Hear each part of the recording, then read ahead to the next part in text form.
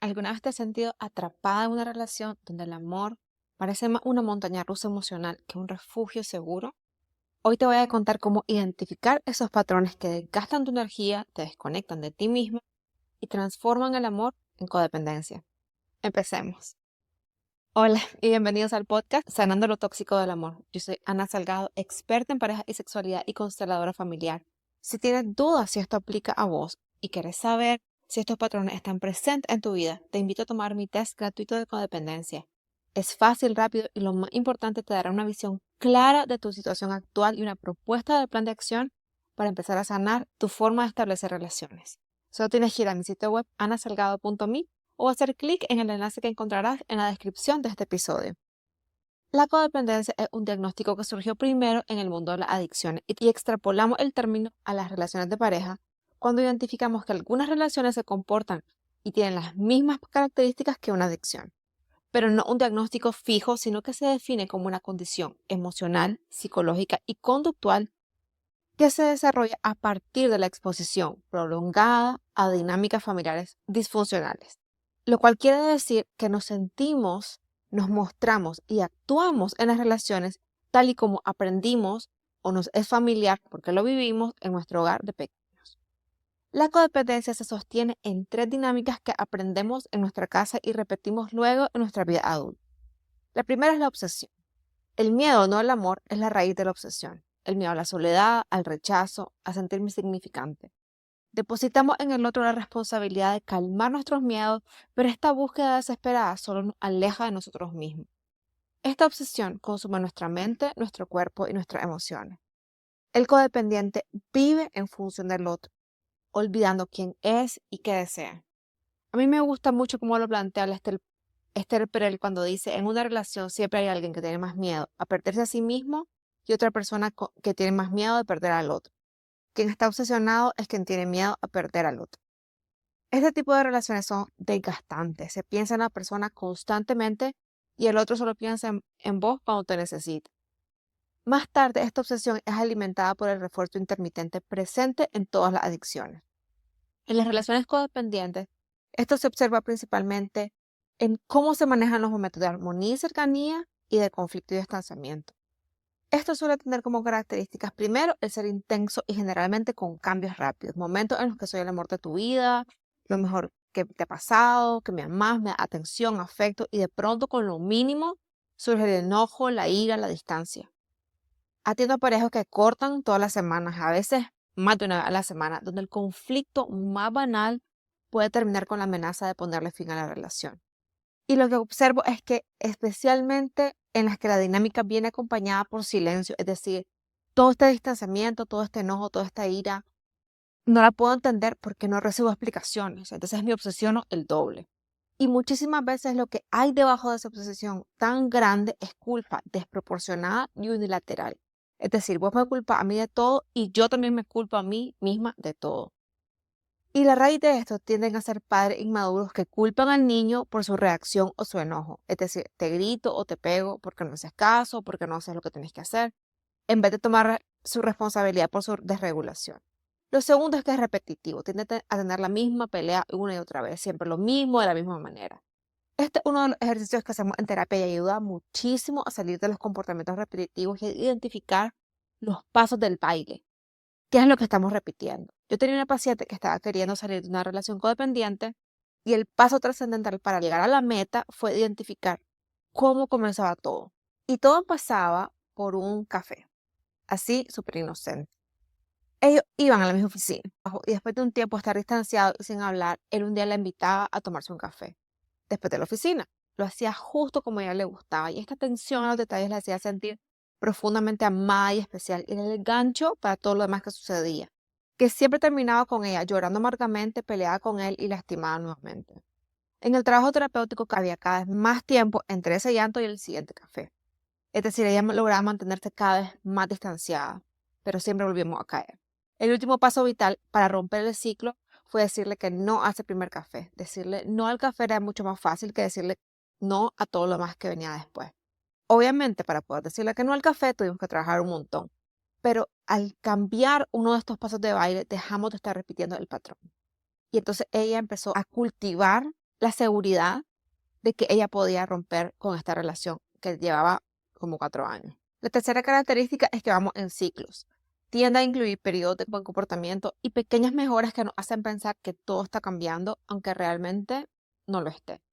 Acostumbramos entonces a estas migajas emocionales celebrando un día bueno que en realidad no tiene relación con una verdadera intimidad. Tuve una paciente que me escribió después de 4 años. Ella vino por una crisis de pareja muy fuerte y yo la mandé a hacer un ejercicio que era escribir 10 cosas que le habían enamorado de él y cuáles todavía estaban. En ese momento había solo media cosa presente, o sea, de todas las 10 cosas que le habían enamorado solo estaba presente una y más o menos. Ellos después de unas 2 o 3 sesiones se perdieron, pues dejaron de venir, pero ella me escribió 4 años después contándome que habían habido mejoras, pero que no se sentía bien del todo y no lograba identificar por qué. Y entonces una noche encontró esa lista de lo que yo le había mandado a escribir y se dio cuenta de que todas las mejoras que habían habido en estos 4 años tenían que ver con ellos como padres, con ellos como compañeros de casa y que externamente ella había perdido la validez de su queja porque la gente lo que decía era, pero ¿por qué está infeliz si él ayuda con los niños, si él cocina? Pero no tenía nada que ver con eso, tenía que ver con la parte de la relación, de pareja específicamente. La distancia seguía ahí, la falta de intimidad seguía ahí.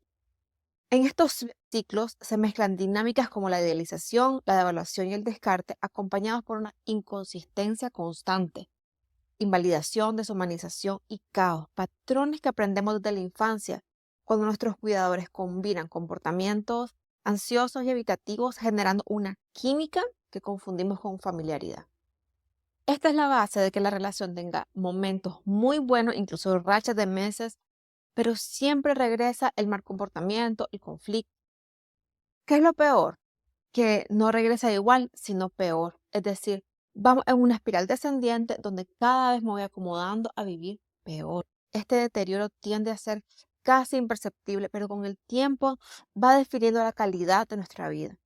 El ciclo más común que yo veo en la relación de pareja son mujeres que vienen inicialmente por una sensación de desconexión con su pareja y lo que desafortunadamente aprenden es a vivir sin él, es a decir cada vez menos, cada vez te necesito menos, cada vez me comunico menos, cada vez te pido menos para evitar el conflicto, porque cada vez que te hablo o te comparto mis dificultades o mi vulnerabilidad o mis quejas, lo que recibo es enojo, crítica, desprecio, actitudes defensivas de tu parte o la distancia.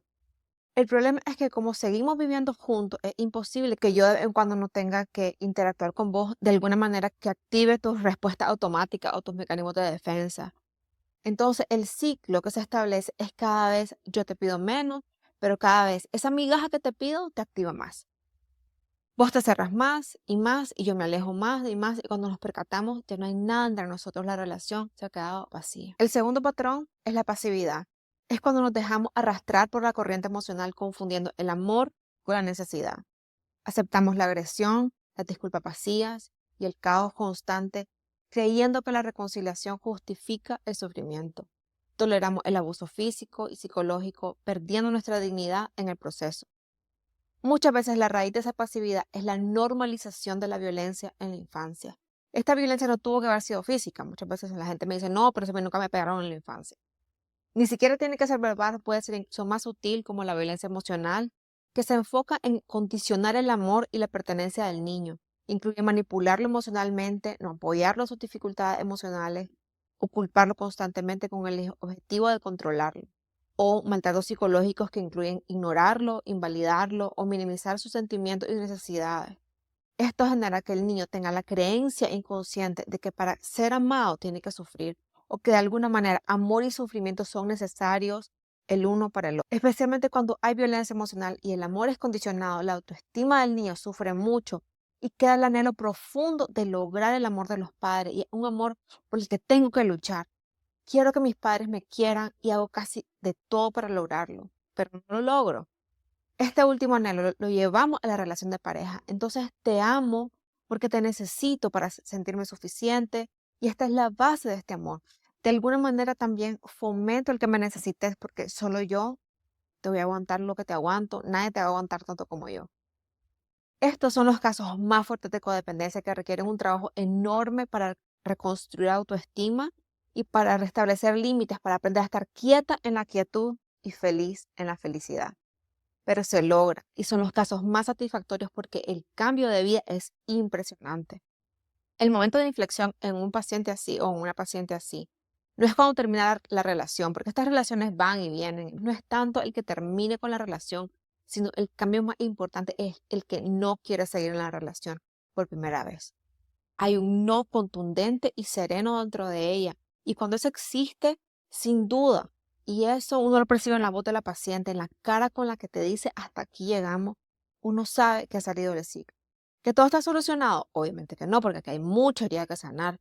Pero es el límite que ya logra ponerse, deteniéndose y dándose un espacio para empezar a cultivar la sanidad emocional y a experimentar el vivir una vida consciente, feliz, tranquila. Y el tercer patrón es el de elevación, cuando escapar de las emociones se convierte en un mecanismo de defensa.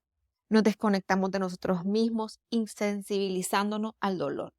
Las heridas entonces se acumulan formando una coraza que nos impide experimentar la vida en su plenitud. Como no podemos evadir selectivamente, terminamos evadiendo incluso la felicidad, provocando el caos para no enfrentar la vulnerabilidad que implica sentir y, más importante aún, sentirnos bien. En la codependencia surgen intentos desesperados para evadir el vacío, el miedo, el dolor y la furia que residen en nuestro interior. Nos aferramos a la relación como una droga, buscando en ella la distracción que nos impide enfrentar nuestras emociones. Cuanto más dolorosa es la interacción, mayor es la distracción, como si la intensidad del drama nos anestesiara.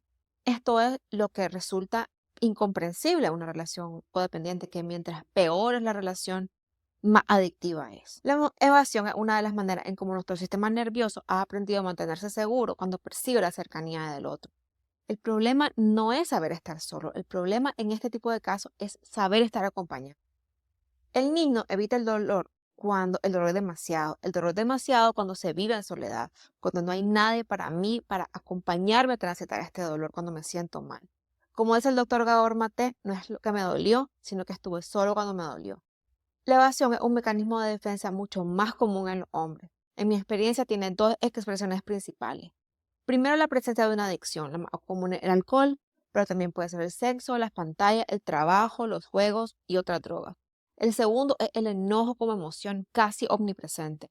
Tenía un paciente que me comentaba que estaba molesto todo el tiempo. Abría los ojos en la mañana y se sentía enojado, pasaba fúrico todo el día sin paciencia y se acostaba molesto con todo y con todo. ¿Qué podemos hacer para romper estos patrones? Reconocer que la codependencia nos aleja de nosotros mismos. Cuanto más nos aferramos, más nos perdemos. Le otorgamos el poder a otro sobre nuestras vidas, renunciando a nuestra autonomía y nuestra responsabilidad. Lo hacemos para evitar sufrir. Se necesita entender que hay mucho dolor en la vida y quizá el único dolor que se puede evitar proviene de intentar evitar el dolor. Cultivar la suficiente confianza en nosotros mismos y cultivar relaciones que nos acompañen a experimentar la vida en plenitud con toda la riqueza emocional que trae vivirla. Nos da la fuerza para atravesar lo difícil, cada emoción, sin huir como un niño, sabiendo que el adulto encara lo que es necesario. Esto no significa dejar de amar, todo lo contrario, implica construir una relación sana con nosotros mismos en la que podamos reconocer nuestras necesidades y honrar nuestros límites. Y desde ahí ir a los otros y también poderlos amar, no porque los necesite, sino porque legítimamente quiero que me acompañen en mi andar en la vida. Muchas gracias por haber llegado hasta acá y las espero en todas mis redes sociales en las que me encuentran como Ana Salgado-US, donde compartiré material complementario para empezar a sanar lo tóxico del amor.